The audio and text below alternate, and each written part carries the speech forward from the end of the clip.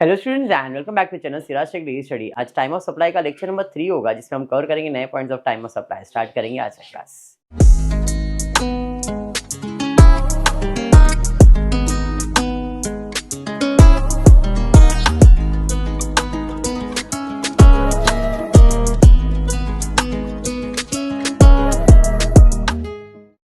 In the previous class मैंने आपको services करवाया था, अगर आपको याद हो तो।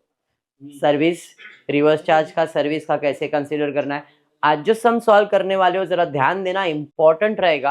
और ये इंपॉर्टेंट इसलिए बिकॉज यहाँ पे जो रेट चेंज हुआ था, जीएसटी आया था तब, पहले जीएसटी के पहले वैट चल रहा था, तो वैट का रेट अलग था, जीएसटी का रेट अलग हुआ। जो बंदा जीएसटी में रजिस्टर्ड था या जो वैट में रजिस्टर्ड था, तो वो टैक्स क्या भर रहा था, और जो बंदा जीएसटी में रजिस्टर वो क्या टैक्स भरेगा, एंड अकॉर्डिंगली वो कंसेप्ट को क्लियर करना है आज के क्लास में। ये सब चीजें आपकी हो चुकी है। सेठ पब्लिकेशन में टेक्स्ट बुक में page number 91, determine the time of supply in the following cases.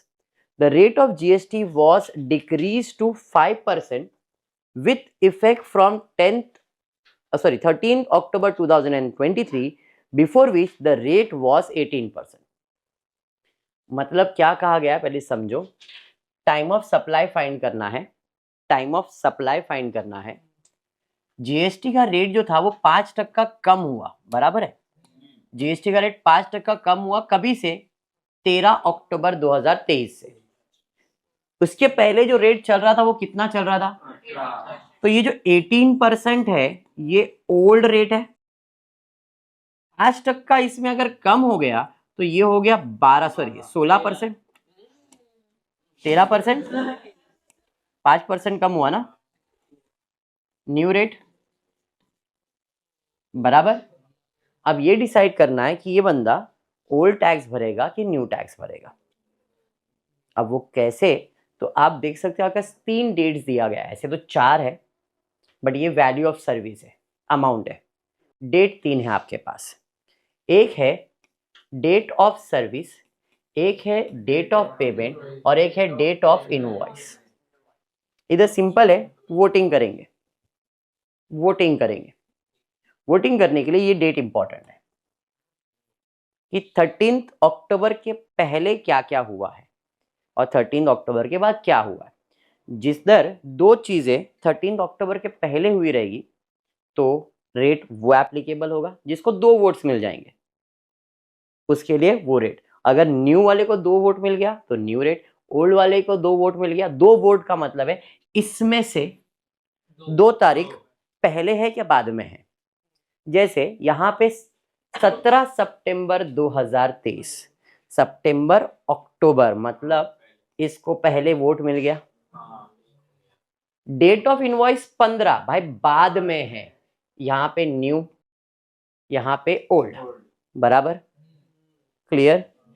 अब क्या बच गया, पेमेंट। 18 मतलब न्यू, 2 वोट किसको मिल गया, तो हमारे लिए कौन सा रेट एप्लीकेबल होगा। बात समझ में आ गया, बस ये खेल है।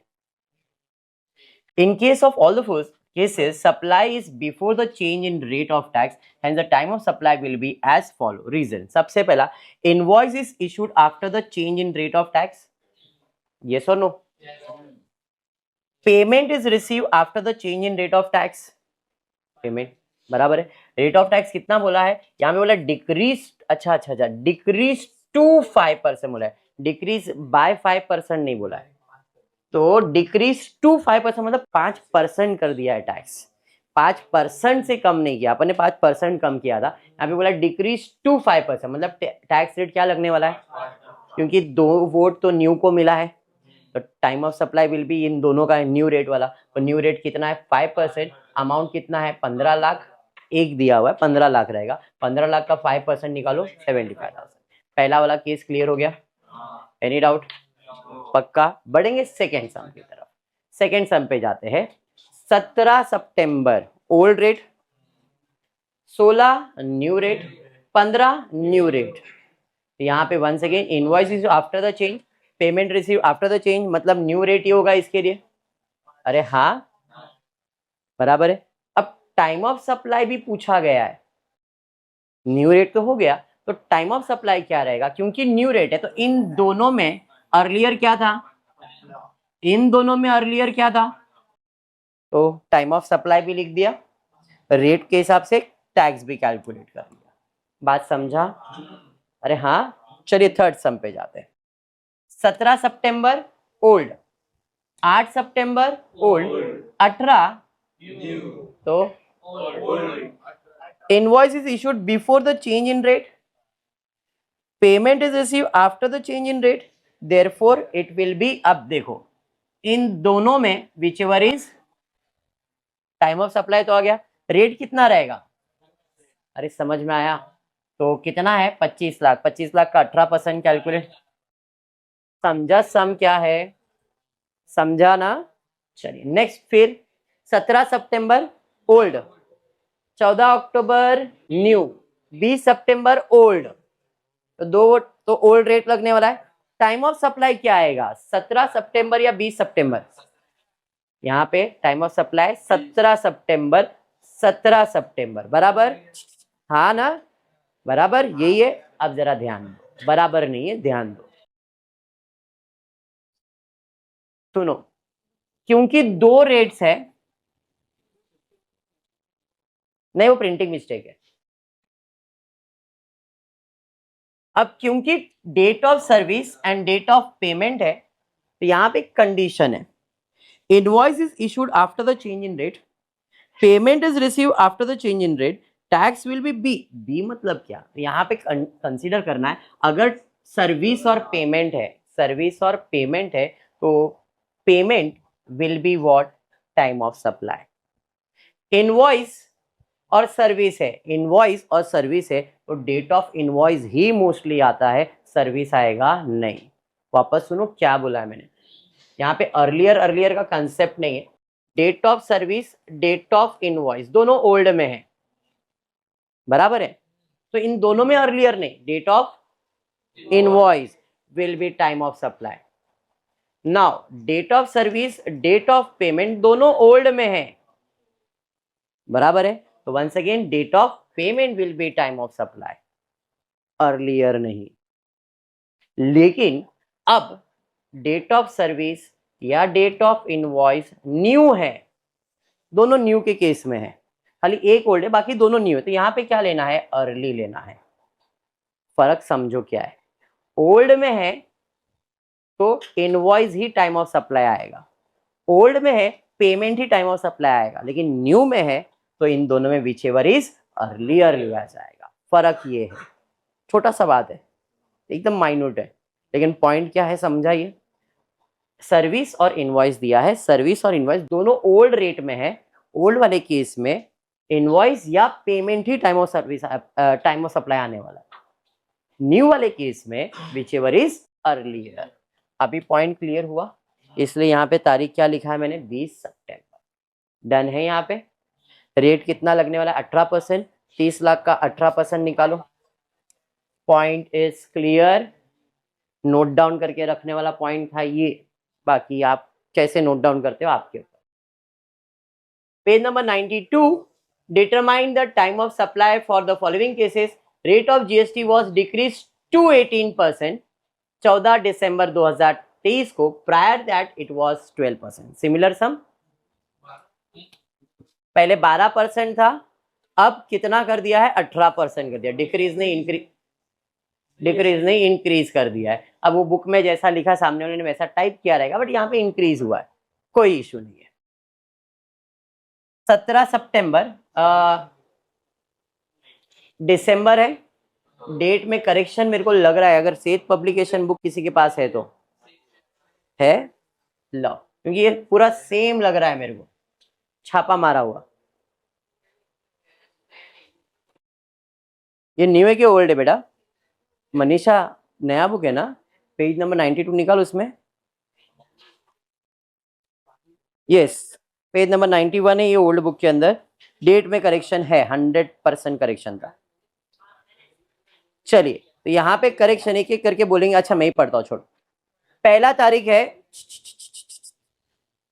तारीख है 20 सितंबर 2022-23, वो इंपॉर्टेंट नहीं है।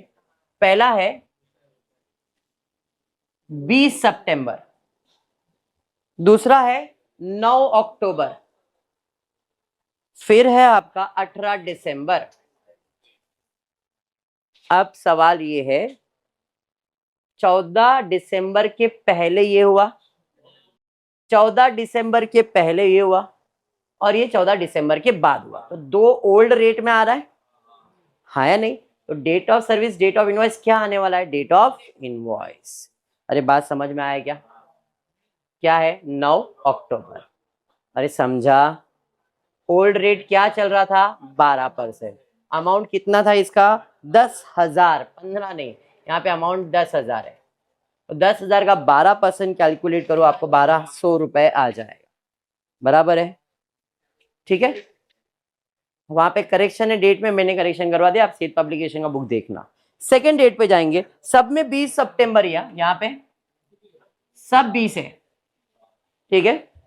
उसके बाद एक 9 था और एक 3 दिसंबर है, यहाँ पे फिर 6 दिसंबर है, उसके बाद 22 दिसंबर है,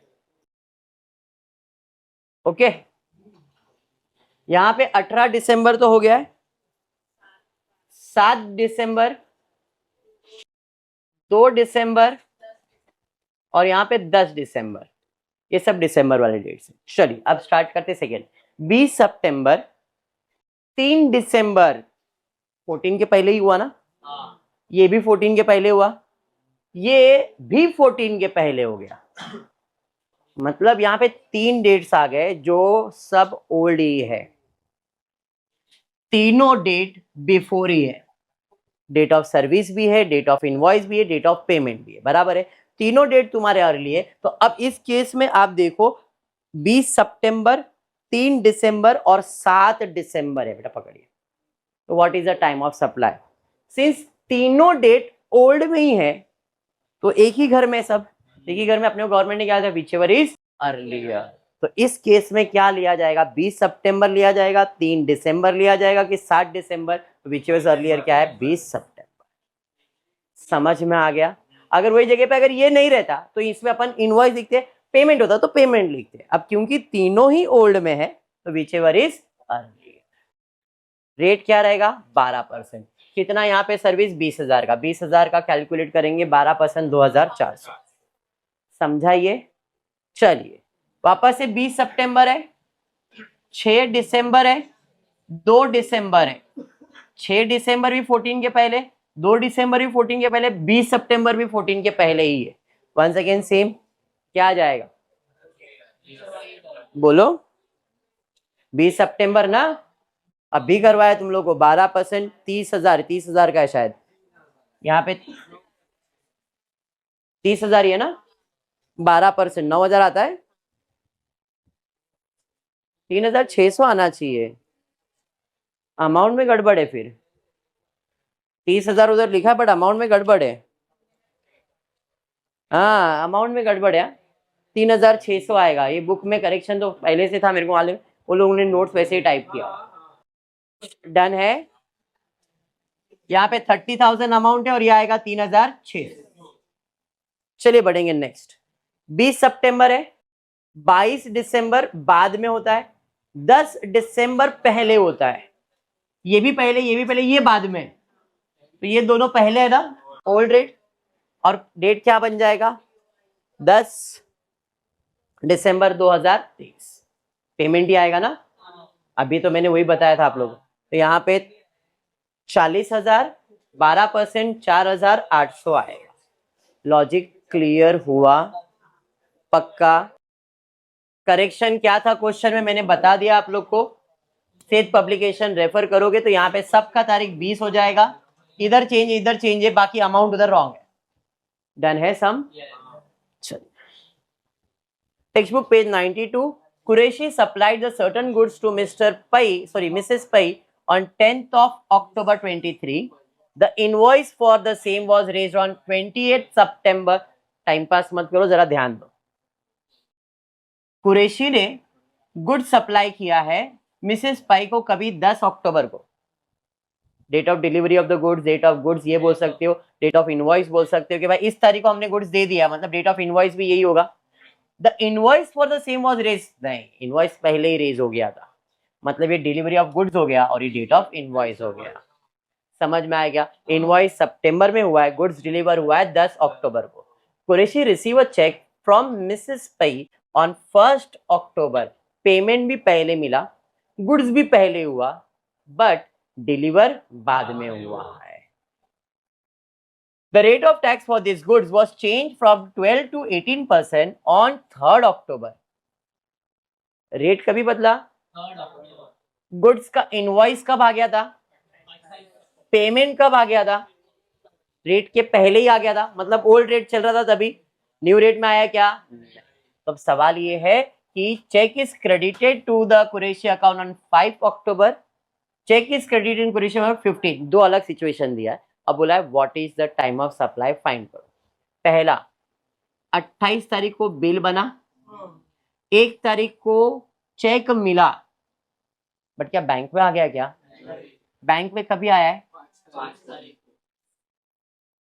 रेट कभी चेंज हुआ है? What is the time of supply? समझ में आ गया? देखो यहाँ पे अमाउंट क्रेडिटेड कभी है? Date of receipt is earlier of date of entry in books of Qureshi, कभी बुक में एंट्री किया मैंने, और date credited in Qureshi bank account within 4 working days from the date change in the rate is 5, which is within the 4 working days from 3rd, hence the date of receipt will be 1st October। Sir समझाने, जब मुझे check मिलता है तो check मिलने के 4 दिन में मेरे बैंक में क्रेडिट हो जाना चाहिए। अगर विदिन 4 दिन में क्रेडिट होता है तो हम जिस दिन पेमेंट रिसीव हुआ है वही डेट को हम कंसीडर करते हैं एज डेट ऑफ पेमेंट। वापस सुनो, जब आपको चेक मिलता है तो जो भी चेक का डेट था, जो भी आपका चेक का डेट था 1 तारीख था, अभी 1 तारीख को चेक मिला तो बैंक में जब चेक डालूंगा तो कम से कम 2 दिन 3 दिन तो लगता ही है। बाय डिफॉल्ट आपको कितना दिन दिया है? 4 वर्किंग डेज। ये 4 वर्किंग डेज में आपके चेक क्लियर होने चाहिए, तो एक में 4 दिन ऐड करो तो 5 तारीख तक का चेक क्लियरिंग का डेट है। Date of credit in Qureshi bank if within 4 working days from the date of change in rate of tax, that is 5/10/2023, which is within 4 working days from 3rd, hence the date of receipt will be 1st of। इसलिए हमारा payment, date of payment क्या है? 1st अक्टूबर। करण कुछ problem?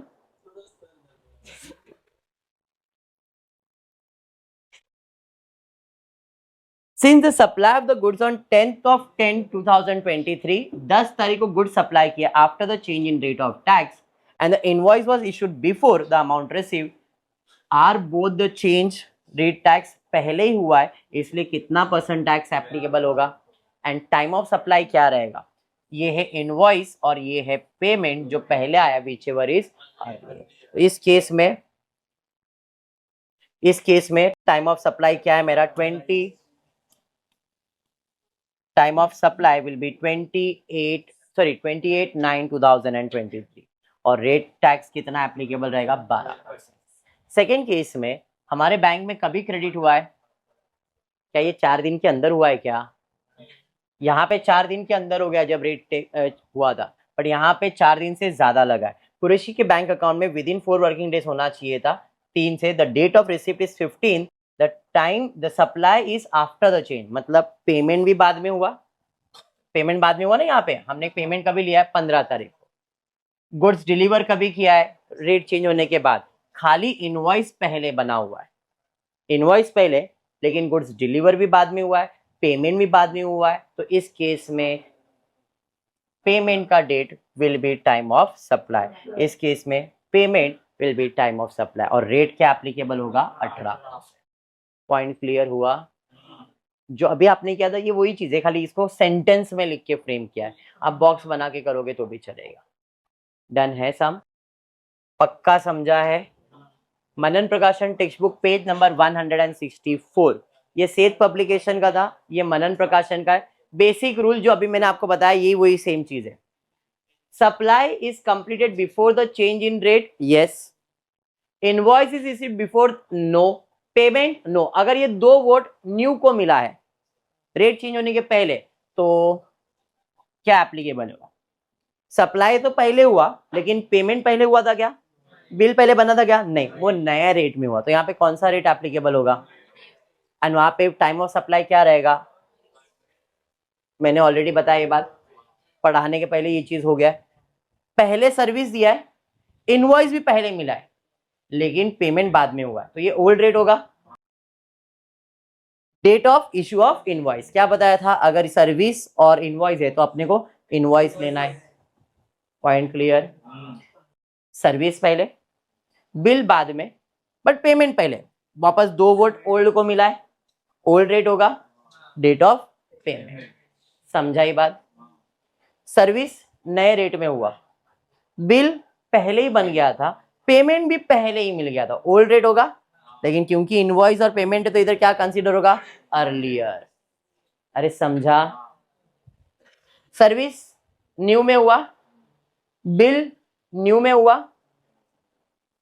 Service कभी हुआ? Before the, नहीं, before rate के नहीं, पहले हो गया था, बट इनवॉइस पहले ही मिल गया था, पेमेंट बाद में मिला। ये और ये बाद में हुआ और ये पहले हो गया है, तो ये न्यू रेट एप्लीकेबल होगा और इनमें पेमेंट को ही कंसीडर किया जाएगा। अरे समझा है ना? ये सर्विस न्यू रेट पे हुआ है, इनवॉइस न्यू रेट पे हुआ है, लेकिन पेमेंट पहले ही हो गया। 2 वोट न्यू को मिला है, new rate applicable, invoice will be. Manan के अंदर ऐसा स्पेसिफाई करके दिया, सेट में नहीं दिया था, तो ये चार्ट आपको दे दिया है। समझ में आ रहा है क्या करना है? ये लास्ट पार्ट है टाइम ऑफ सप्लाई का, खत्म हो जाएगा तुम्हारा टाइम ऑफ सप्लाई। ठीक है, टेक्स्ट बुक पेज नंबर 164 पे सम नंबर 32 है। Mister X supply goods to Mister Y on 28 July 24। Goods कभी सप्लाई किया? 28 जुलाई को। GST rate on the goods is change from 12 to 15 1 January 2025 को। गुड्स सप्लाई हुआ है जुलाई में, जीएसटी का जो रेट चेंज हुआ है वो कभी चेंज हुआ है? जैन में। फिर दिया एक्स इशू इनवॉइस ऑन 28 अगस्त and the payment is credit to bank दिसंबर। मतलब ये सब पहले ही हो गया है ना, तो इधर कौन सा रेट और क्या लगेगा? तो टाइम ऑफ सप्लाई देखो, अभी ये 28 जुलाई है, 28 अगस्त है और 30 है। इनवॉइस कभी बनाया है? पेमेंट कभी आया है? गुड्स डिलीवर कब हुआ है? तो what is the time of supply? Goods deliver का तो नहीं, but which ever is earlier, invoice payment which ever is earlier. तो यहाँ पे हम लोग के लिए टाइम ऑफ सप्लाई क्या बन जाएगा? 28 अगस्त। रेट क्या रहेगा? बिफोर कितना था? 12%।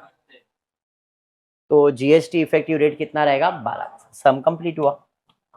Second sum, rate of GST on supply for the services made after April increase from 18 to 20%, then the tax will be applied on the supply will be as under। अगर after event occur है 1 अप्रैल और before है तो क्या होने वाला है? Situations दिया गया है। अगर बिफोर है, सर्विस प्रोवाइड किया, अभी जो चार्ट बताया यस नो वाला, ये वही चार्ट है। Supply is provided before the rate in change, invoice is after, payment is after. तो ऐसा है तो जीएसटी क्या रहेगा यहाँ पे? पहले कितना था? 18, अब कितना हुआ? 20। 2 वोट किसको मिला है? तो जीएसटी रेट क्या रहेगा? समझ में आया क्या? ये शॉर्टकट विटकट नहीं दिखेगा। ठीक है, सर्विस का भी प्रोवाइड किया है, इनवॉइस का भी है, पेमेंट का भी है, क्या रेट रहेगा? समझ में आया क्या? हाँ या नहीं? क्लियर? ये 2A मतलब 2 वोट्स न्यू वाले को मिला हुआ है, आफ्टर वाले को 2B मतलब बिफोर वाले को 2 वोट मिला है, इसलिए वो शॉर्टकट लिखा हुआ है 2A एंड 2B। ठीक है, बिफोर आफ्टर, आफ्टर कितना है? 2B है, मतलब ओल्ड रेट। समझा? आफ्टर बिफोर आफ्टर 2A है, समझ में आ गया? आफ्टर बिफोर बिफोर, समझा? समझा कंसेप्ट क्या है? हाँ या नहीं? लास्ट सब मेरे हिसाब से जरा ध्यान देना, वाइंड अप करेंगे टॉपिक को। X Private Limited engage in providing taxable service by the way of trading and coaching activity in relation to the information according to the auditing since 1st July 2024. Following receipts of the activities are given for the month of September. हमने service कभी से चालू किया है? 1 जुलाई से। Date of issue of invoice, date of payment, service का date क्या है? 1 जुलाई। सब में 1 जुलाई 2024 को डेट ऑफ सर्विस है, डेट ऑफ इनवॉइस दिया है, डेट ऑफ पेमेंट दिया है, अमाउंट दिया है। The change in rate from effective was 1 अक्टूबर। जुलाई, अगस्त, सितंबर, अक्टूबर, ठीक है। सर्विस इधर हो रहा है, इनवॉइस यहां पे है, पेमेंट किधर है वो देखेंगे एंड अकॉर्डिंगली हम देखेंगे कितना है। पहले 12% था, अब कितना हो गया है? 18%। डेट ऑफ सर्विस रेंडर्ड जुलाई आएगा, अगस्त नहीं, यहाँ पे जुलाई है, जुलाई में ही दिया ना सर्विस, वहां पे लिखा है। डेट ऑफ इनवॉइस का है 16, payment, amount, time of supply क्या आएगा? टाइम ऑफ सप्लाई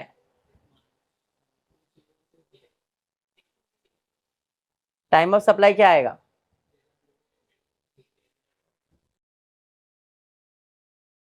इनवॉइस और पेमेंट के बीच में रेट कभी चेंज हुआ? तो ये पहले हुआ ना, तो इनवॉइस ही बन जाएगा ना। अरे date of service, date of invoice पहले है, पेमेंट बाद में 1 अक्टूबर, ये 3 अक्टूबर।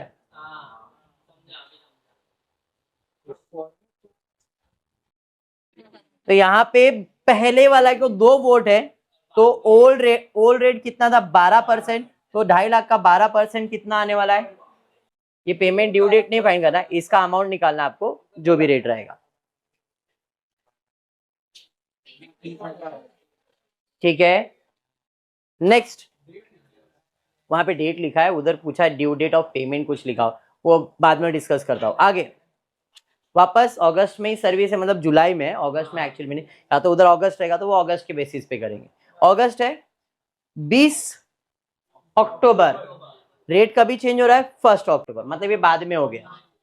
इनवॉइस भी बाद में हुआ है, तो कितना अमाउंट है? 25,000। कौन सा रेट एप्लीकेबल होगा? न्यू रेट एप्लीकेबल होगा, बराबर है।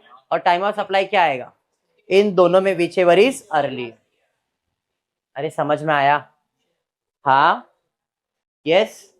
नेक्स्ट 20 अक्टूबर, सॉरी 2 अक्टूबर रेट चेंज होने के बाद इनवॉइस बनाए।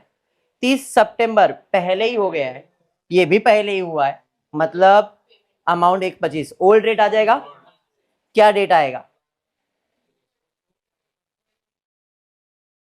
पेमेंट आ जाएगा ना, यहाँ पे रेट कितना है? 12%, बराबर। सर वो ड्यू डेट ऑफ पेमेंट क्या है? अगर आप ये पूछना चाह रहे हो ड्यू डेट ऑफ पेमेंट क्या है, तो यहाँ पे अगर आप देखोगे, क्योंकि आप सर्विस प्रोवाइडर हो, तो सर्विस प्रोवाइडर के लिए जब इनवॉइस बनता है उसके कितने दिन में बिल बन जाना चाहिए था? सर्विस 30 डेज, सितंबर है, उसके 30 दिन के अंदर आपका पेमेंट आना चाहिए था। तो यहाँ पे 30 दिन को ऐड किया है, तो ये 20 सितंबर के बाद अक्टूबर डाला हुआ है, एक दिन बढ़ा के वो काउंट कर लेना। 20 है, यहाँ पे सब फेब डाल दिया है, सॉरी जैन डाल दिया है, इसमें करेक्शन करना है अपने को। फिर 2 अक्टूबर है, 20 अक्टूबर डाला, यहाँ पे भी इसको करेक्शन करने, मतलब इधर करेक्शन है। वो 30 दिन का जो गैप दिया ना सर्विस के लिए, बस वो 30 डेज का इनवॉइस का ड्यू डेट याद रखना। अरे समझा क्या बोल रहा हूँ? बस उधर वो करेक्शन है, इसके लिए उसके बाद ज्यादा फोकस नहीं किया, बाकी जो किया वो आपको करवा दिया मैंने। डन है? चलिए, तो है क्या और सब? यस, है छोटा सा सम। चलो, Rajesh Singla is engaged in the providing taxable service. GST charge rate was 9% up to 30th May. However, from 1st of June, rate was increased to 15%. पहले 9% था मई तक, जून से रेट बदल गया है। टाइम ऑफ सप्लाई अपने को फाइंड करने लिए बोला है। प्रोविजन ऑफ सर्विस 25 में, बराबर है। सर्विस कभी प्रोवाइड किया है? 25 में, रेट चेंज होने के पहले। इनवॉइस बाद में है, पेमेंट भी बाद में, तो 2 वोट तो न्यू को मिल गया। इन दोनों में अर्लियर क्या है?